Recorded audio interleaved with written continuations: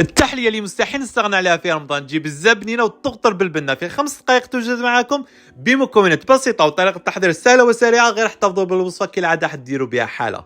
في ريسيبيون نديروا كيله تاع بودره شونتي ونزيدوا لهم كيله غير ربع تاع الماء. انا كنت نقصت هذاك ربع تاع الماء باش لا كريم شونتي يجينا ثقيله وشاده روحها. نزيدوا لها باطا كريم ديسير ونزيدوا لها باطا ياغورت بذوق الكراميل اللي حيعطينا بنه ماشي نورمال في لا كريم شونتي تاعنا. نميكسيهم مليح باش يتمزجوا هذوك المقادير مع بعض ولا كريم تاعنا راهي واجده.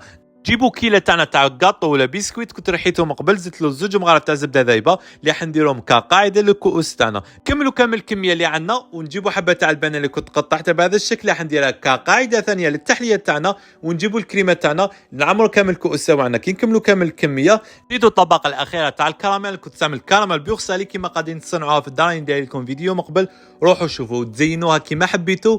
نديروها تبرد ونقدموها شاي طيبه. نتلقاو في وصفه جديده وصحه فطوركم.